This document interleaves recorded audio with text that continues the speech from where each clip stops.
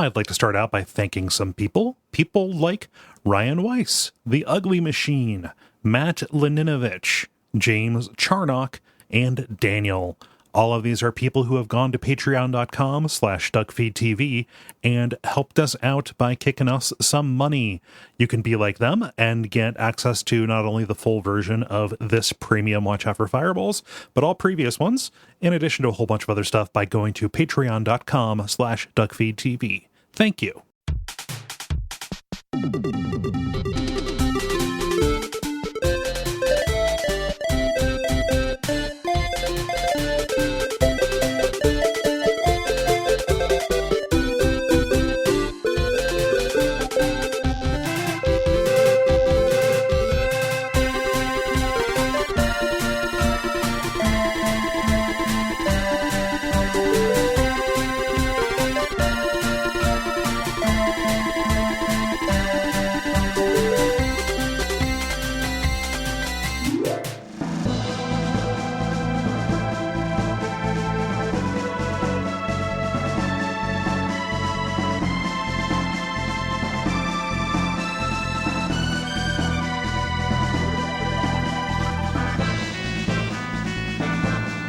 My name is Gary Butterfield. My name is Cole Ross.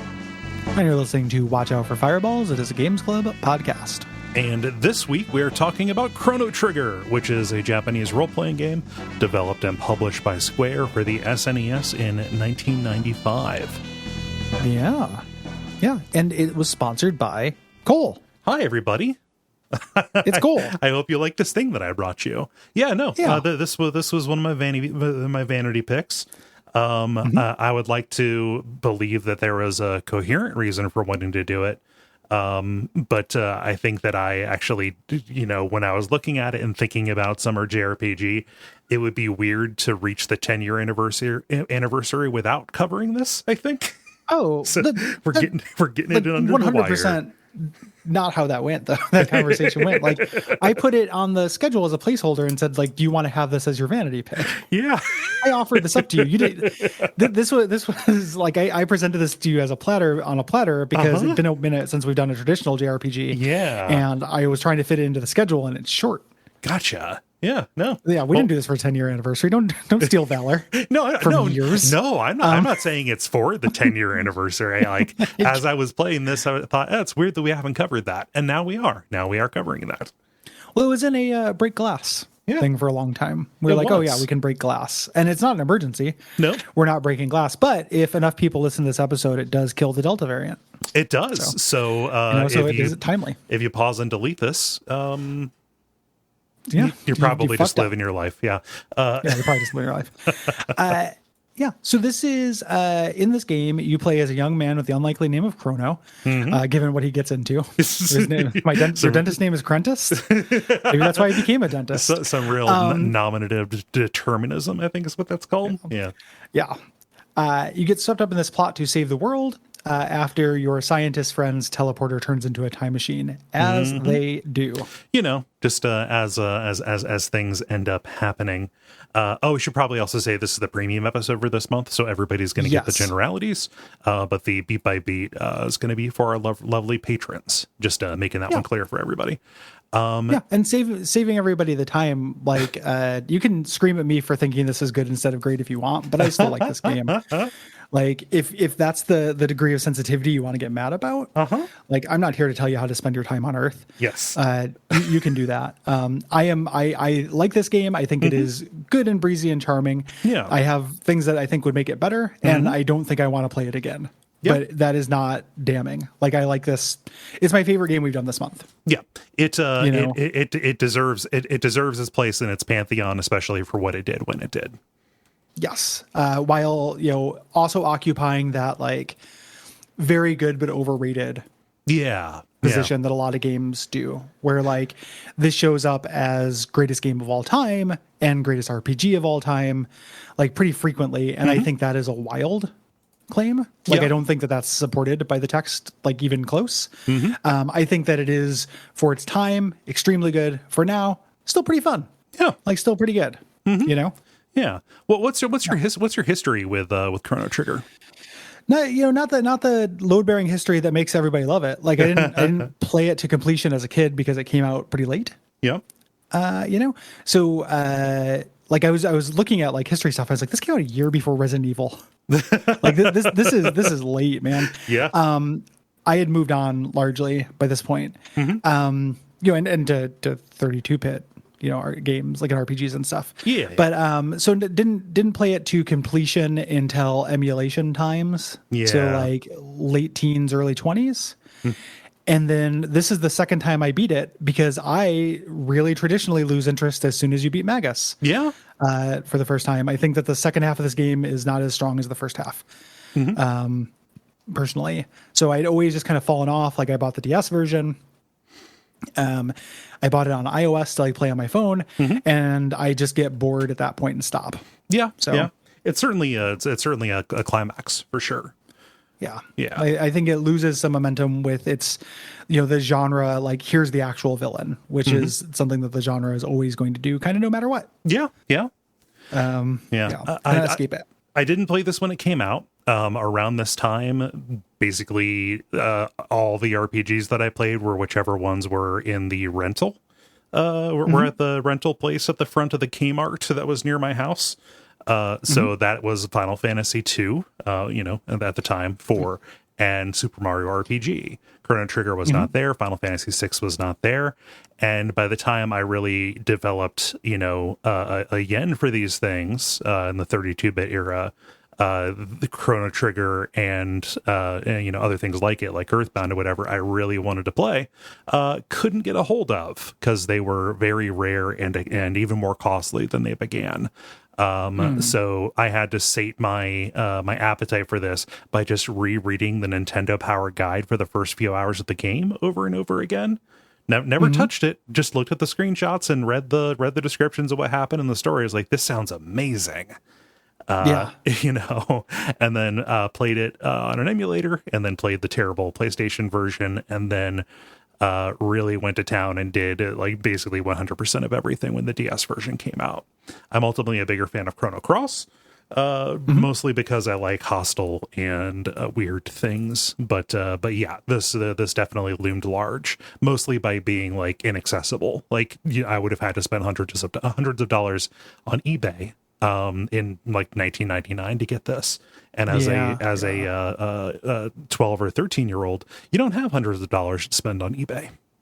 No, nor the wherewithal to figure out the emulation. Yeah. I forgot about the PlayStation port. I also played that and then quit after you beat Magus. So I've done that fight like 4 times or something, 5 times, and I'm like, oh, the cool game where you beat Magus. It has the trial, and then that's basically what Chrono Trigger is to me as a memory. Yeah. A trial. Real good. Yeah. It does. The game does front load more of its stuff like that than I remembered as well. Yeah. Like it is. That Nintendo Power Guide that was showing the beginning of the game. Like that is definitely like almost like an attract mode kind of thing. Yeah. I think that when I talk to people at this game, a lot of the stuff that they really love is solidly first third. Yes. Of the game. Unless they go on to be like Shala super fans, which is a weird thing that happens. Yep. Which we'll get into. The character who's barely a presence in this, who somehow launched like a million conspiracy theories and several games. It's very fun. Oh, you mean the waif? The waif whose character trait is that she's nice? Every character in this game is nice. Like even some of the bad guys are nice. Who's nice in a royal family of mean people? Oh, you mean like Marl? No, Shala. The just other feel like one. She's just like royal. really nice when like when everybody's a jerk around there. She's nice, but she has no other personality other than being nice, and people are just like, "What did she get up to? Like, what are her continuing adventures? Yeah, what happened if there was a nice woman? Can you imagine a tale?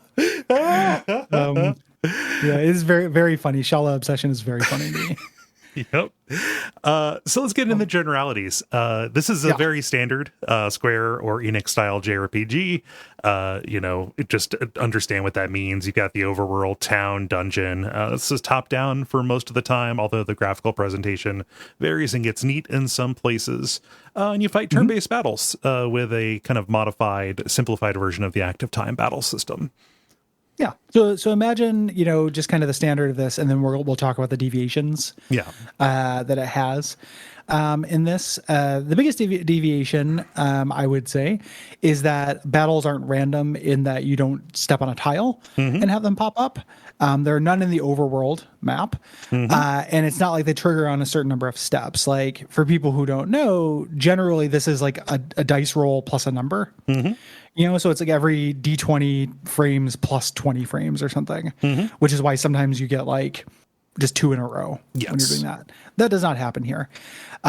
Instead, either enemies will be just kind of vibing on the map, walking back and forth.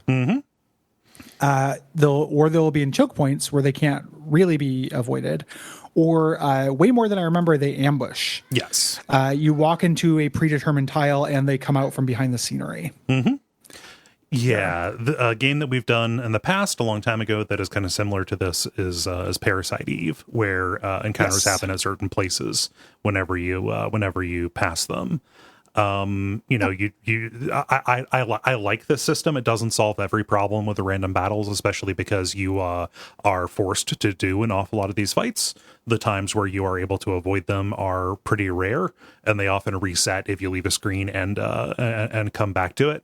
However, the friction of like, oh, I went over into this corner and there wasn't something there. I wasted steps until my next encounter.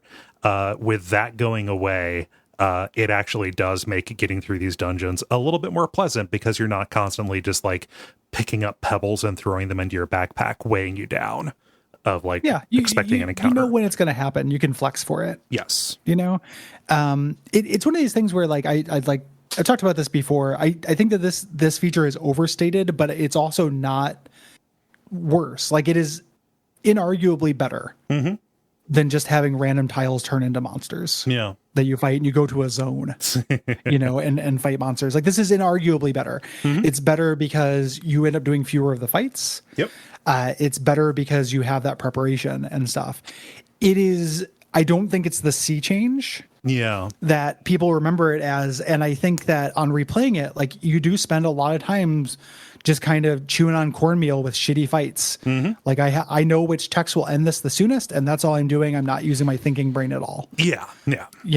That is still, even in Chrono Trigger, the game held up as the counter example of this stuff, the vast majority of the fighting you will do in this game. Like, by a lot. Not even just by a little bit, by a lot. But it is better. Like, it's taking an edge and like sanding it down a little bit, which should be lauded. It's this weird thing where it lives in people's memories where they think that's like, oh yeah, it revolutionized everything. There's none of that friction. No, like, there's still tons of it, actually. There's just less. Get on back, round them up. Yeah. There, cowboy. It ended up being a thing. I played the iOS / Apple TV version of this, and that adds auto battle. Where just you press the button and then all of your characters do their attack. I ended up turning that on a lot and then using battles as a time to take my notes, actually. Especially if I knew exactly what these enemies were. I would, engage manual control if it was like a tough enemy who required a little bit more, working around, like if they had a specific, resistance or something like that. And definitely for bosses, you're engaged for those, because those are good.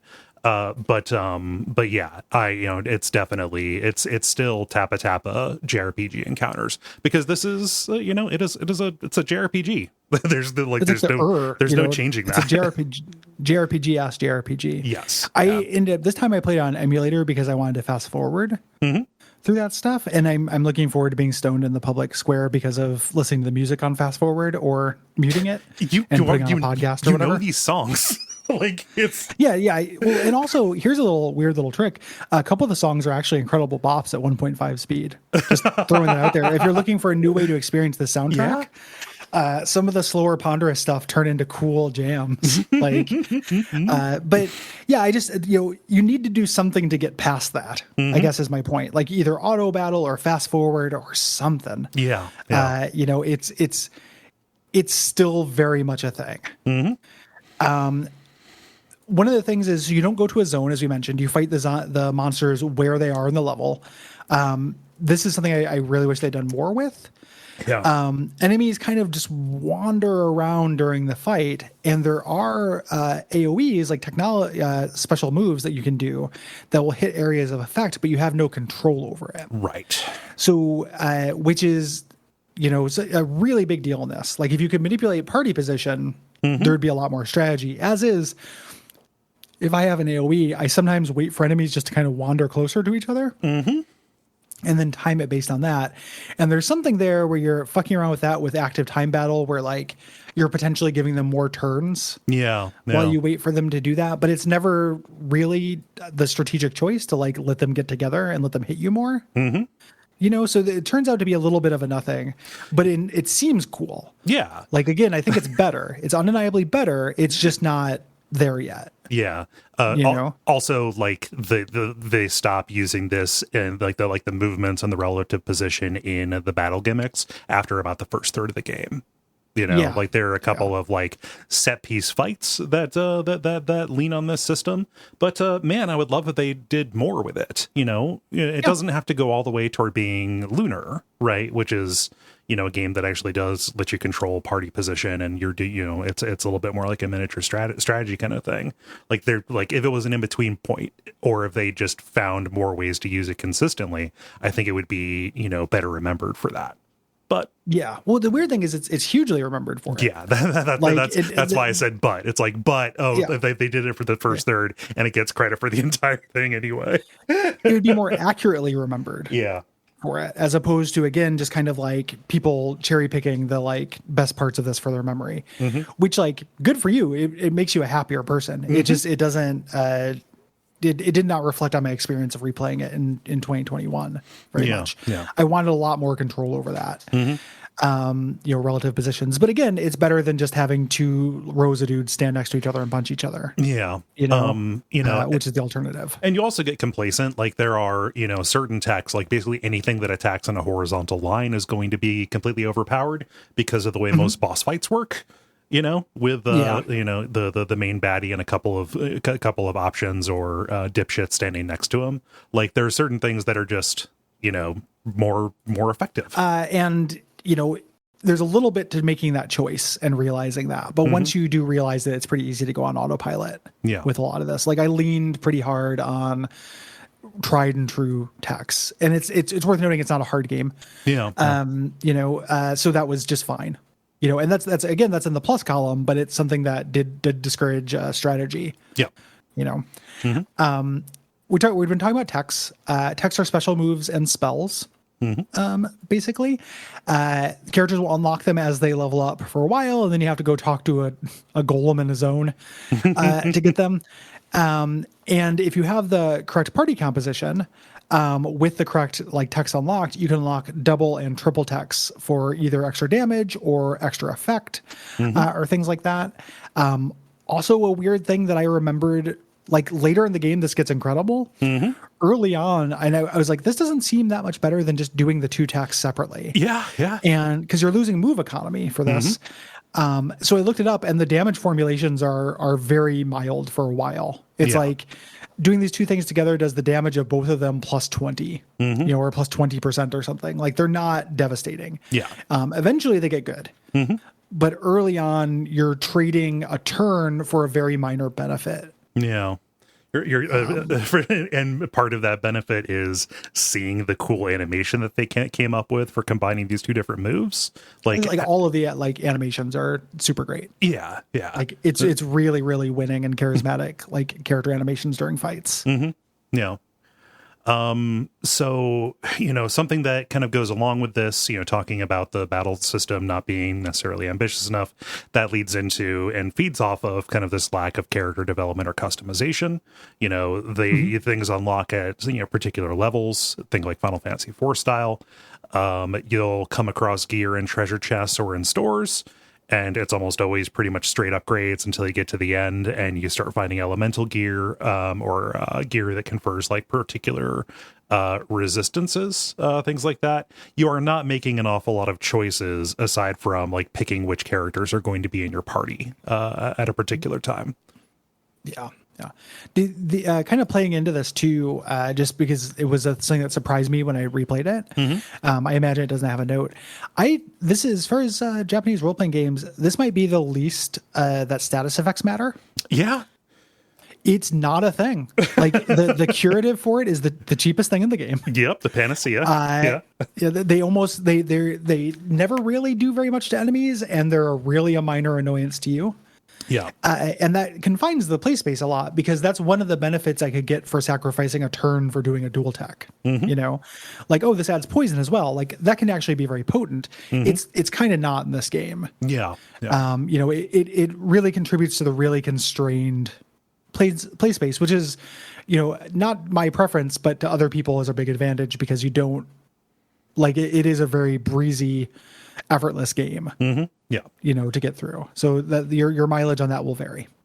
Yeah, I never built a strategy around inflicting a status effect. I'm sure there is some, very maximized strategy that is way overpowered. I couldn't discern it, and I got through the game just fine, just doing what felt right. At the moment, the only time that status effects really bugged me was when like my entire party was confused, and I got to watch them stumble around like drunk little dipshits. Yeah. As opposed to when they get drunk in the plot. Of course. There's so really simple equipment, weapon, helmet, armor, and then there's an accessory.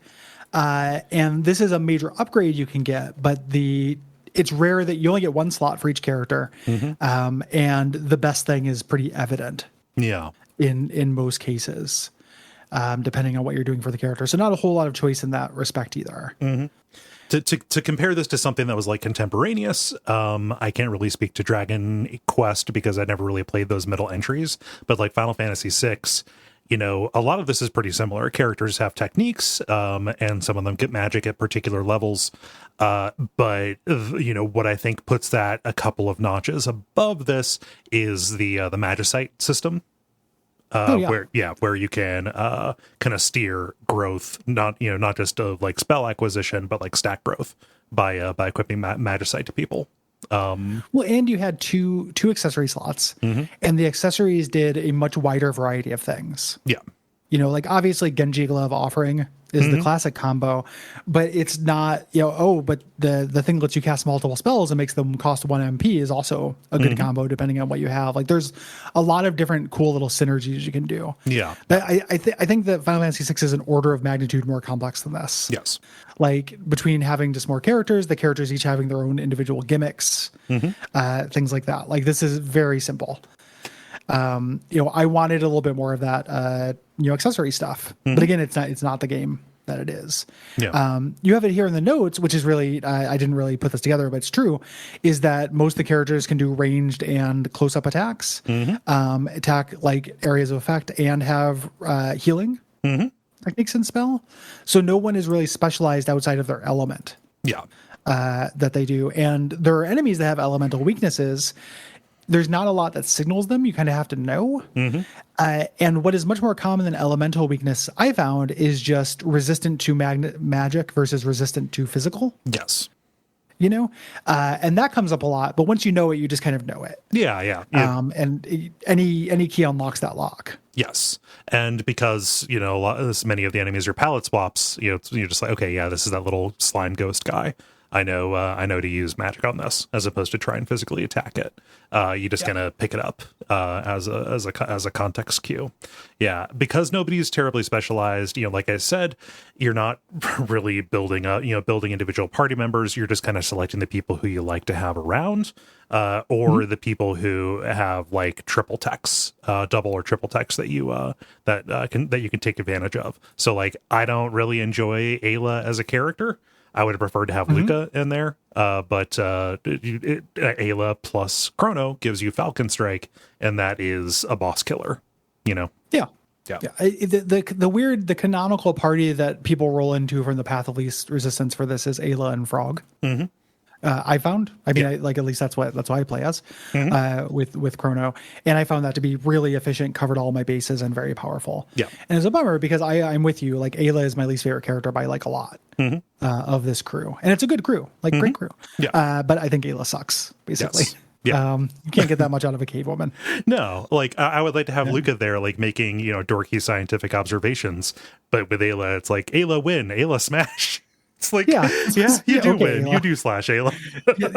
You certainly do. There's a lot of like reading about Ayla online. There's a lot of people who are like, no, she's not dumb. Like don't think she's stupid. I'm like, is there an effective difference? Like I understand that like just not knowing the language, but if you're walking around just being like me smash, respect strong. Yeah. Like I don't know, man. That's pretty dumb coding. Yeah. Like like you can make the argument but that's universally like, Hulk speak. Yeah.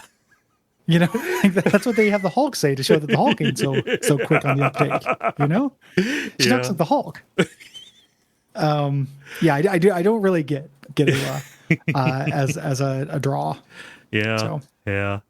It's talking about those characters. They play into the story. Each of them comes from one of these different time periods. The story, like, it's not just globetrotting. You explore kind of the same smallish world map, but you're going across 5 distinct eras.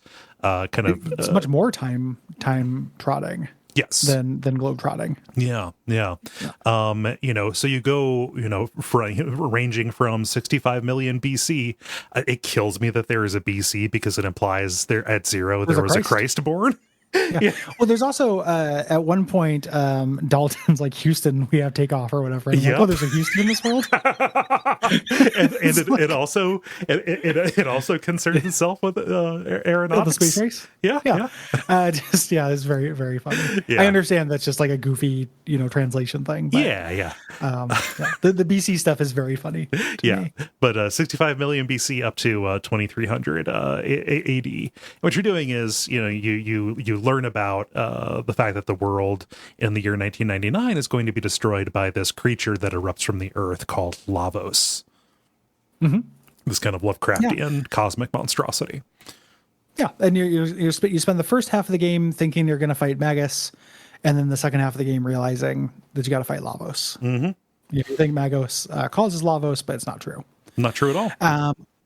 We'll talk about the individual characters when we run into them. And the individual time periods, the best thing about this game, I think the reason why it lives so large in people's memories, is that it is short and well paced. Yes. It is 20 hours long. It is, goofy. Like you're constantly going to new stuff and people are constantly making like, nothing in this game makes me laugh. But there are things that make you smile. Yeah. Like it's kind of cute. There's a lot of like cute things in this game. There's a lot about it that's charismatic. Yeah, charismatic is the word I would use. Like just like, oh, this little grace note, that's really cute. Yeah, I just, it wasn't until I played this, so the last time I really dug into this was probably back shortly after the DS version was released, and I didn't have the perspective that I have now, especially having consumed specifically more manga. And, just that kind of media that is constructed, in these arcs that are meant to move things along and be spaced. This really does feel like a well-paced, fun manga aimed at teens, is what this is. And that, I think, kind of, speaks a little bit to why this has such appeal for people who are like roughly around our age.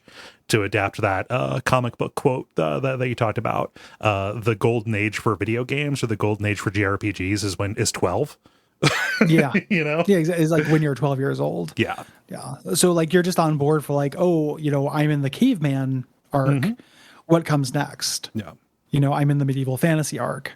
What comes next? Like those things do kind of move as individual little things, and that out of everything I think is generally overrated about this game, that's the one thing I don't think is overrated. I think that's actually really, really good. Yeah.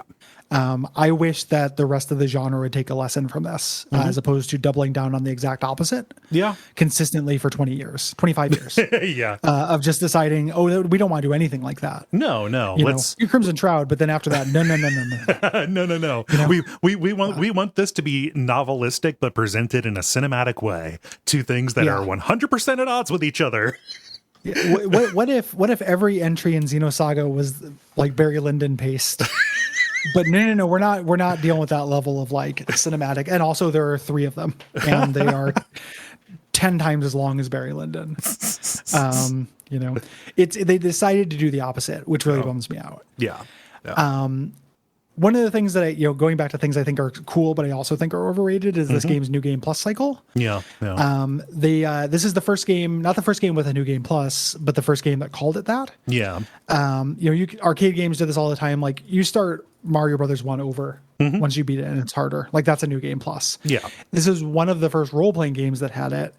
And the idea here is so you can collect endings. In my head, like my memories of this, even from when I was in my early 20s, was that there was a lot more to getting endings rather than just choosing when you get off the ride. Yeah. It's just when you get off the ride, though. Like in New Game Plus and throughout the game, you can fight the end boss very early on. On New Game Plus, you can fight him right away, and the ending you get is determined based on when you fight him. Yeah. So the New Game Plus experience of this is going through battles that you're one-shotting everything, including bosses. So it's relatively frictionless. It's challengeless. Like you're just tapping through these encounters, but you still have to go through all the beats to get to the point where you want to jump off. And your reward for that is sometimes a cool little bit of like speculative fiction. Yeah. Like what would happen if this butterfly effect thing changed? Oh, I wish I didn't kill that fish. And then sometimes it's just like goofy credits or a really minor change. Yeah. In my head, I was like, oh man, like they accounted for all kinds of cool time travel paradox shit. It's pretty fast and loose with that stuff. It really, really is. Only I would say like, let's say 4 out of 10. So maybe like 2 out of 5 of the 13, 14 endings, really concern themselves with kind of like the consequences of the choices that you made or what you left undone. That kind of thing. That ratio should be higher if I am meant to feel completely satisfied by this. As somebody who in the DS version literally did everything, got all the endings, did the cornmeal bonus content that's available here. It was a real bummer to, play through most of the game and then get one of these things that's like, we're gonna joke about we're gonna joke about what girls think about boys, and then credits, go back and start again, loser. Well, it is a cool thing for 1995. Yeah. And it's cooler than not having it. But I feel like even for me, who is pretty like the remembering self resistant, remembered it being cooler and more time travel-y than it was. And I think that like a lot of fans of this game are like, oh man, it's so cool. Like it's basically, Looper, like you're doing all this kind of weird, and it's not. Yeah. To me, like the rewards for it are, kind of neither here nor there. Like I'll watch a cute little cutscene about how girls think differently than boys. I'm down for a tater salad, but the what you do to get there is frustrating to me. Yeah. Like I'm at New Game Plus, so my characters are already very powerful. I can fight the end boss. It's just how much of the plot do I feel like grinding through before deciding to do it? Yeah. that's a huge disappointment to me. It definitely shifts the value proposition. So like, I think that the value that this created for a lot of people was kind of before GameFAQs, or I guess at the time, like Game Sages put together like a list of how, the criteria that you needed to meet to hit all of these playground stories, right? Or message board stories, like, oh, that's the ending you got. Oh, that's strange. Oh, I didn't good. Oh, that's why. Like working it out with each other to talk about it, making it feel like you had this really, really wide possibility space in a game, in a world where YouTube and GameFAQs and wikis exist. The value proposition shifts to where all that is left is, if you're going to engage with this, the kind of just yeoman's work that you need to do to uncover the stuff and check that box in the game. Yeah. Yeah. And it's gonna grow like tall tales. Yeah. The way that they do. Yep. Yeah. This is an extremely beautiful game. I think the sprite art in this is amazing. I love how colorful it is. I love the way that different time periods had different color palettes. The character and monster design was done by Akira Toriyama, creator of Dragon Ball, Dr. Sludge. Say what you will about kind of the limited number of faces he can draw. He has a very attractive aesthetic. That just is kind of, you look at it and that it is him, and he's done a really good job with it. And yeah, I have no complaints. Like, I like all of this. I love it in sprite form. Yeah. Like the character portraits miss me a little bit, especially since I love Frog and they gave him tons of skin tags. Like, I think that Frog looks really cute in the over, the sprite on the screen. But then when you look at his portrait, I'm like, I don't want to talk to this guy. He's a frog. Like he's got these fucking gross quills coming out of his face at random angles. Like, how wet is he? Like, it makes Frog gross, which is a hard thing for me to forgive. But on the smaller battle sprites and everything are great. Like, super, super good. And all the background stuff is really good. Backgrounds, like, are really, really nice. Like, that show up, like there are a couple of vistas in this game that are just like really pretty cool looking, like really, really good 16-bit art. Oh, you bet that some of these were backgrounds on Cole's computer for some time. Yeah. They look good. You could do way worse. Bosses get gigantic. I think one of the benefits of having, being able to fight on the battlefield itself is that the characters can just spread around this boss that takes up the entire screen, as opposed to having it be like an X-Death or, a Kefka, where they have to like work around the aspect ratio of the, standing at both ends of the screen. Beautiful designs on these bosses. Yeah, it is a really good looking game. I think contributes to that memory thing as well, including the music and sound also being really, really phenomenal. Yeah, Sonori Mitsuda's a treasure. Yeah, does great work. Yeah, and this was the first soundtrack that he composed. How angry does that make you? It's pretty great. It's super good. Yeah. I didn't have I didn't play this as a kid, so they don't have the like totemic quality that Final Fantasy 6 and 4's soundtrack have for me. Like, it doesn't transport me anywhere. Yeah. But they are like great songs. Like, I had the ludicrous thing of playing this in 4 times fast forward while having the soundtrack playlist playing in another window. Because it's like I wanted to get some of the vibe, but I couldn't handle playing the game at its traditional speed. Right. So, like, can I tell you an embarrassing story? So yeah, please. So it's like 6th or 7th grade, something like that. I'm 12, 13, again, prime age for Chrono Trigger, and like one of our assignments is like you've got to give like a PowerPoint presentation. And I forget what I gave it about, but I was like, I'm gonna really zazz up this presentation with some MIDI music. So you bet your ass I put Windsong on that bad boy. Pretty cool. Yeah, I was a cool kid. Yeah. That is great. When you're like, man, you're probably a little bit, you said a MIDI, the equivalent of that for me, because I'm old, was using cassette tapes to tape video game soundtracks off the TV. Oh yeah. And like making little mixes and stuff. Oh really? No, I did that. I had a tape that I listened to that was just like me going through the soundtrack test on Rystar. People yell at me when I say Rystar, Rister, whatever you call it. It doesn't matter. Yeah. Leave Cole alone. Like, again, I'm not here to tell you how you spend your limited time on Earth, but shut up. Like, getting real mad about how Rystar is pronounced. Like, Nerds. But yeah, I've done both. I straddle. I like so many things. I straddle the eras. Yeah. Let's talk about the Dream Team. Let's do it. Yeah. So this began as an idea in 1992.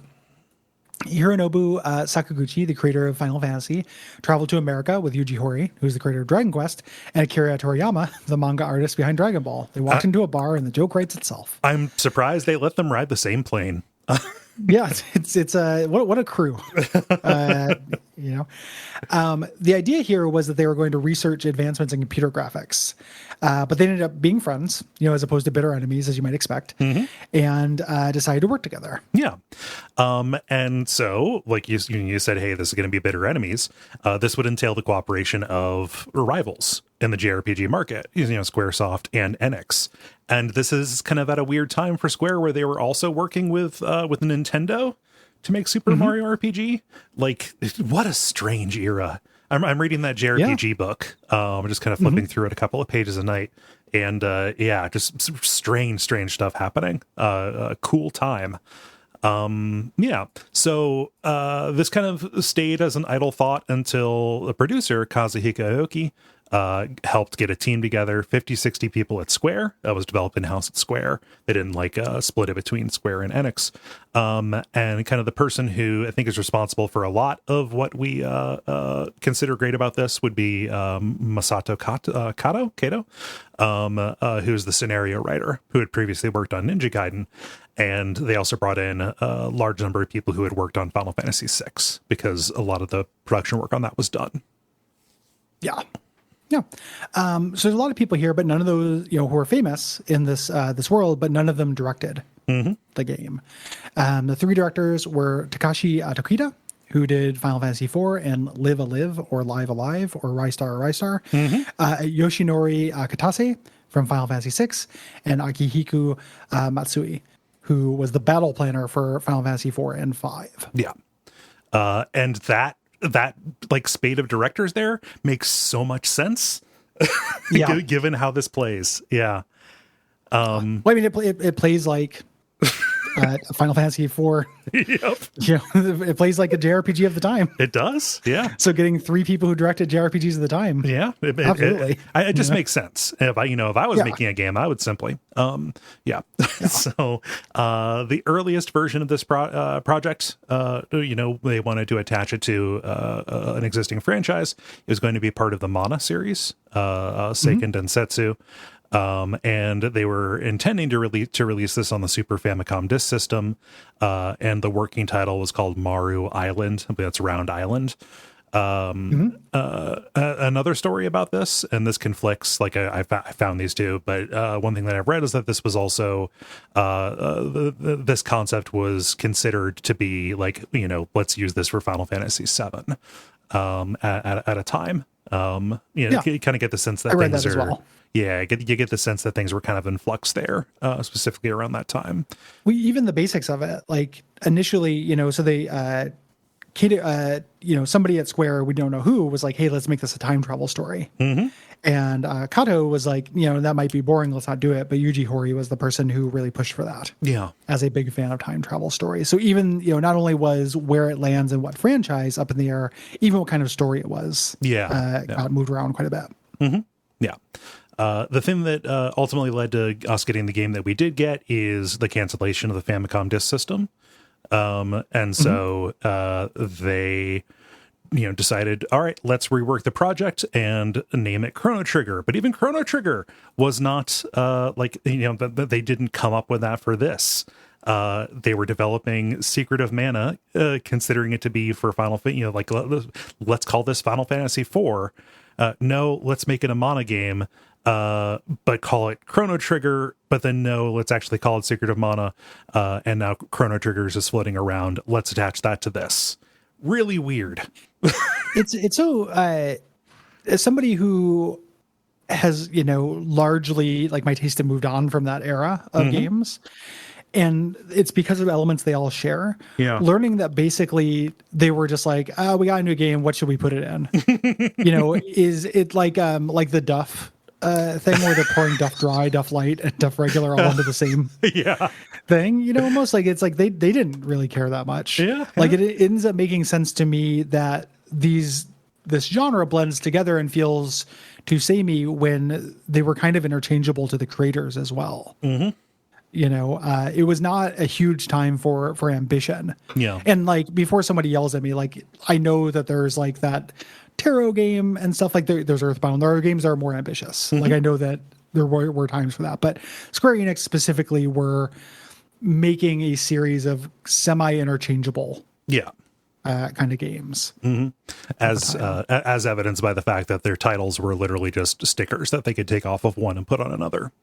Yeah. It really didn't matter that much. Yeah. That's probably why you don't run into that many people who are like, I fucking love Secret of Mana, but I hate Chrono Trigger. You know, like people tend to go part and parcel with these things. Mm-hmm. Yeah. You know, there are people who prefer like Dragon Quest to Final Fantasy, but I haven't met somebody who only likes one of this era. Yeah. You know, later games, of course, like there are people who don't like Final Fantasy 13, but like Dragon Quest 11. But I don't think that there are people who like Dragon Quest 5, but don't like Final Fantasy 4. Yeah. Yeah. You know? Yeah. So Masato Kato wrote the entire scenario with notes and guidance from the big name creators, kind of with an emphasis on avoiding long strings of boring errands. Kind of wanted to have like a good story reason for you to do some of the things you do. Not entirely successful on that regard, especially in the side quest kind of stuff.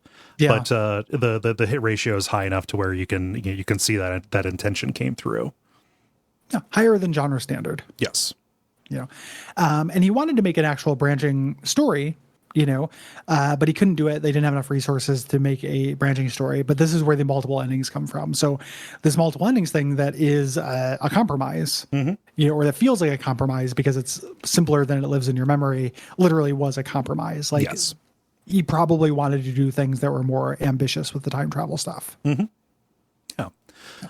So Chrono Trigger's the seamless battle transitions and animated monster sprites. We didn't talk about that, but instead of just being images that flash when they attack, like monsters have walk cycles, and they will like change poses when they do their attacks. That was a technical marvel. You know, even on a cartridge that required moving a lot of memory around, and that's something that they actually gained by having this not be on the Super Famicom disk system. You know, that would only have been possible on a cartridge with the quick way that it moves stuff around. You know, I think we gained by that. You would have had to watch a loading screen before every monster did a backflip. Like this guy's going to pick up this guy and go get some coffee. If you want to approximate that, get a copy of Final Fantasy Chronicles and play the PlayStation port of this.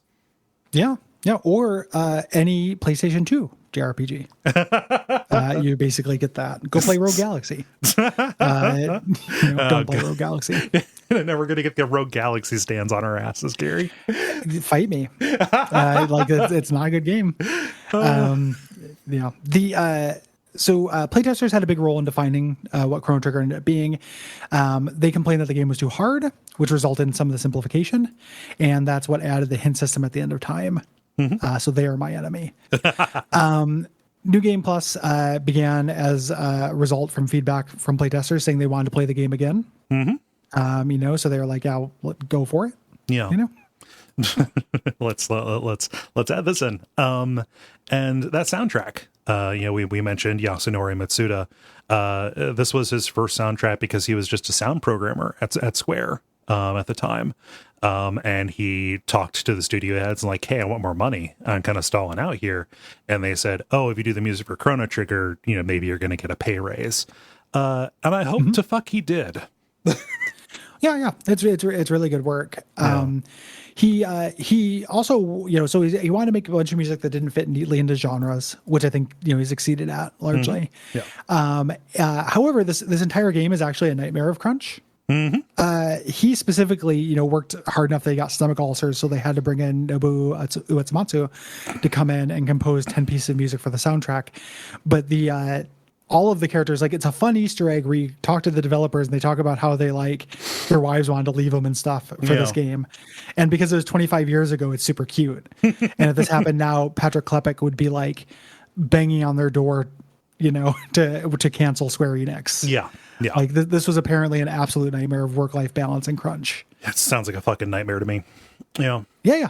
No, thank you. Yeah. It's funny the way that it's changed tones. It's a fun Easter egg in this one, and you're like a 15-year-old kid, and you're like, haha, this creator was sad, and he fought with his wife because of video game. Like, I wonder, Robo's funny.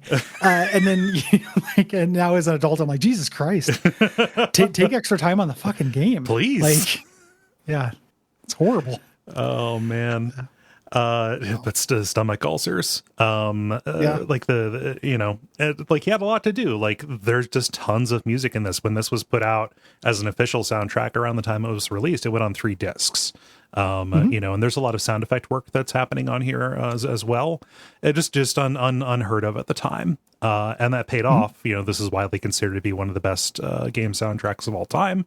And it's gotten lots of fun remixes through the years, by fans. Like there's some really good fan stuff from OC Remix. There is I kind of am a sucker for that acid jazz version that they put out in the late 90s of the soundtrack. If you want to learn more, that's what is it, like 8-Bit Music Theory channel on YouTube has a really good video explaining why this doesn't sound like any other music from that time, or any other like non Mitsuda music, and because it uses like chords that don't technically exist and transitions that shouldn't actually work. Yeah, it's a really cool soundtrack. Yeah, like great soundtrack. The translation, so Ted Woolsey was given 30 days to localize this for English-speaking audiences. Not very much time, but, as is his reputation, it is still good work. There are some like problems with that, and I prefer the original translation, like give me old English frog or give me death. I do not want a modernized frog. No. I think that, a big part of his charm is the ye old speech. It's important. So good job to him. It's important. Like what he nailed was giving the different characters different voices, different speech patterns based on where they're from. It's good. Yeah. Caveman. Knight. Robot. Smash. Like all the major archetypes are there, and then modern, and then the rest. That's not quite true. But, so this game has been re-released a lot.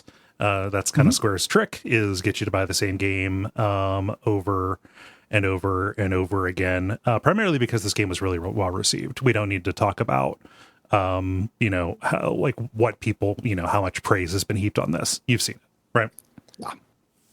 Yeah. But yeah, they're like those re-releases. Like the first legit way that I played this was that really bad PlayStation port, as part of Final Fantasy Chronicles. You can look up specifically why that was so bad, but everything had a loading screen attached to it, even going into the menu. Yeah. That's really the big one. Yeah. Like the rest of the stuff is not great, but that's the thing that killed it. Yeah. Especially in a game that's like sprightly paced. Like it ends up being more annoying than the other loading time intensive ports that they did. Yeah. Because a lot of this game rests on the fact that it doesn't have that. Yeah. But they updated the translation, and they butchered Frog. Look what they've done to my boy. And they also added some animated cutscenes in Toriyama's style. They're nice, but, not strictly necessary, except there is one that does an explicit connection to Chrono Cross, which was going to be kind of coming out at the time. Those ties would be further kind of solidified and kind of retconned in the extremely good Nintendo DS version that came out in 2008. This would be the version I'd recommend you play. It's very good. It has none of the technical problems of the PlayStation version. It does have like bonus materials that are not great, but if you're a sucker for this combat, hey, there's more of it for you here. And there is like a bonus boss. There's like a new ending that does give more of a direct tie to either Chrono Cross or Radical Dreamers, depending on the way you interpret it.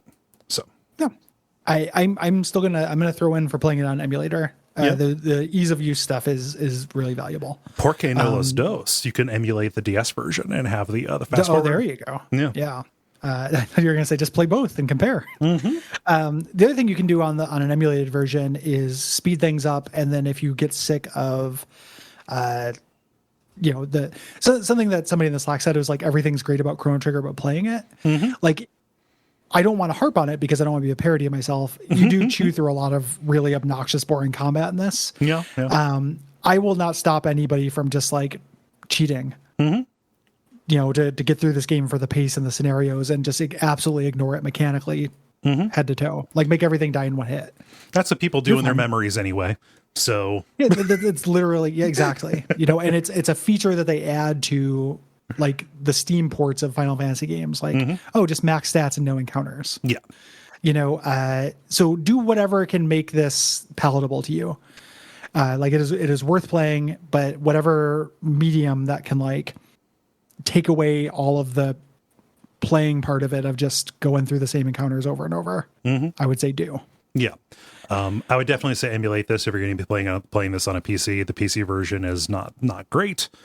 Came out not great, and though they tried to improve it, it didn't really rise up to be, what I would call preferable to other stuff that is more accessible. I played this mobile, popped my phone into the Backbone, and that worked. Did a little bit because you can send cloud saves to the Apple TV version, but there was input lag, and no other game has given me input lag in that. So that was not a way for me to enjoy this. So that was a bummer. That's wild. Yeah. Just the incredible fast-paced blistering action. It's active time battle, Cole, not passive time battle. So it's weird, right? Like you're trying to input your commands, right? But like if there's lag, and especially if it's inconsistent lag, I would end up like double tap. Yeah, double tap and like hit the wrong person and all that. Like it was a bummer. No, I wasn't trying to minimize that. I just think it's funny that the least demanding, like this game that's a quarter century old, right? Like had that problem. Yeah, inexplicable. Inexplicable. Very, very weird. There's a follow-up game to this that only came out in Japan on the Satellaview in 1996. This is called Radical Dreamers. It is a visual novel. And the events would be tied really directly into Chrono Cross, which is really weird for a game not a lot of people played. Radical Dreamers. I have no idea about the quality of Radical Dreamers. Did not know about that until I was adult and kind of over it. Yeah. I haven't played the entire thing. You played it? Yeah, I've played a little bit of it. The fan translation is really good. And you do some really wild things in it. It's weird. Chrono Cross as both a continuation and like a redo of Radical Dreamers is very strange. They say like, yeah, Chrono Cross eliminates the need to do Radical Dreamers, but there's stuff that happens in that game that doesn't happen in Chrono Cross. It's weird. Yeah, and gets referenced. I know that. I did play Chrono Cross when it came out. So this came out, it was developed by Square, released in 2000. All I remember is a scarecrow and a fisherman fighting on a beach and having to brute force the ending because I can't tell the difference between yellow and green. Yep. So those are my memories of Chrono Cross, but I understand that you are much more fond of it. Yeah, I love Chrono Cross. It is very good. The way that it is connected to Chrono Trigger is not immediately apparent, but incredibly satisfying once it's laid out. The things that it does with like Chrono Cross specifically was the game that like made me fall in love with that multiple dimensions many worlds kind of stuff. For as overplayed as that would eventually become in genre fiction, like that was my first exposure to a lot of this.